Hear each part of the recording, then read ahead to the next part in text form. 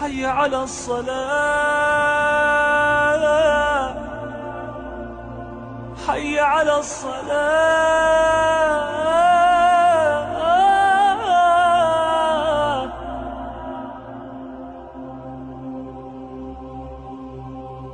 حي على الفلاح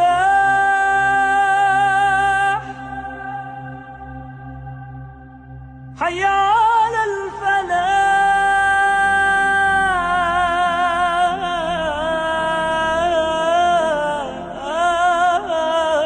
আল্লাহর কসম এই পৃথিবীতে যত মদ আছে সবাই যদি একজনে খেয়ে ফেলে সে কাফের হবে না। কি হবে না? কিন্তু এক ওয়াক্ত নামাজ ছেড়ে দিলে কাফের। এই 4 রাকাত ইশা না পড়লে তুমি মুসলিম নও, 3 রাকাত মাগরিব না পড়লে তুমি মুসলিম নও, 4 রাকাত আসর না পড়লে তুমি মুসলিম নও। দেখো আমাকে দোষ দিও না, বুখারী খোলো, সালাত অধ্যায়ে যাও, আযান অধ্যায়ে যাও। আল্লাহর নবী বলেছে তারা ওরা কাফের, ওরা মুশরিক, ওদের আর আমি মুহাম্মদুর রাসূলুল্লাহ সাল্লাল্লাহু আলাইহি ওয়াসাল্লামের উম্মতের মধ্যে পার্থক্য হচ্ছে নামাজ। সুবহানাল্লাহ। ও সাহাবা, ও উম্মত, তুমি চিনবা মুহাম্মদের উম্মতকে সাল্লাল্লাহু আলাইহি ওয়াসাল্লাম। ও আমার উম্মত, তুমি কি আমার উম্মতকে চিনতে চাও? শোনো, তারা যারা আমার উম্মত না, আর এরা যারা আমার উম্মত। ওটা আমার উম্মত যেটা নামাজ পড়ে না, আমার উম্মত। তুমি আল্লাহর নবীর উম্মত ছাড়া কিভাবে মুসলমান হবা?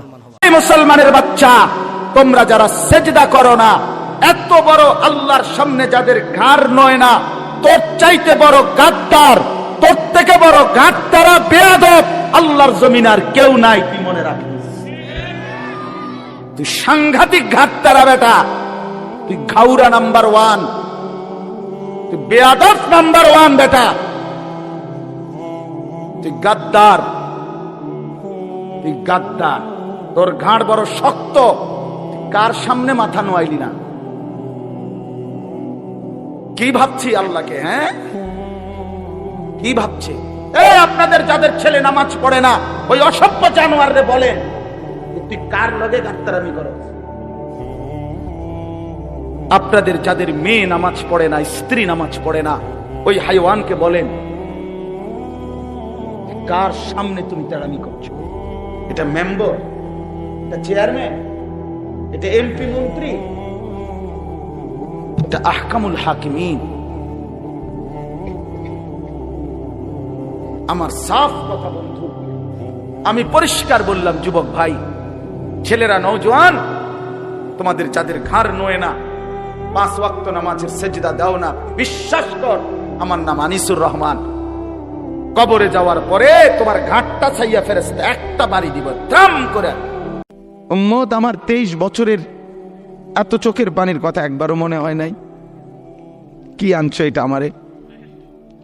উম্মত তুমি জানো না আমি যে তায়েফের পাথরের আঘাতে পুরা পিঠ চালনির মতো জাজরা বানায় ফেলছে আমার? শোনো নাই তুমি?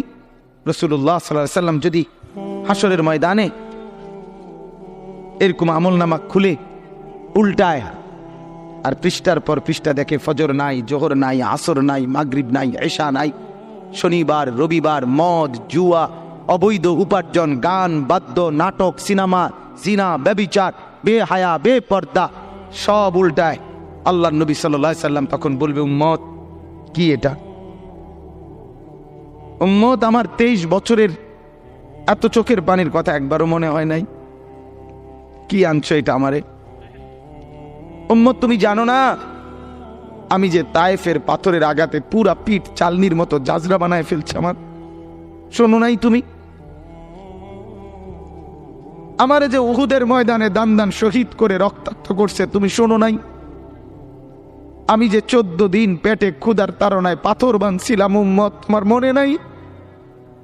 একবারও শোনো নাই আমার ক্ষুধার কষ্ট, আমার পিঠের ব্যথা, আমার দাঁতের ব্যথা, আমার কাঁধে 2টা কড়া ঢুকে গেছে? উম্মত তুমি এখনো নামাজ পড়ো না,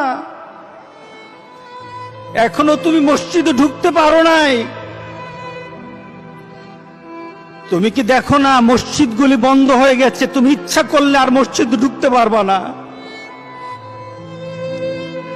তুমি ইচ্ছা করলে আবার মসজিদে ঢুকতে পারবো না। দেখো না অনেক মসজিদ বন্ধ হয়ে গেছে।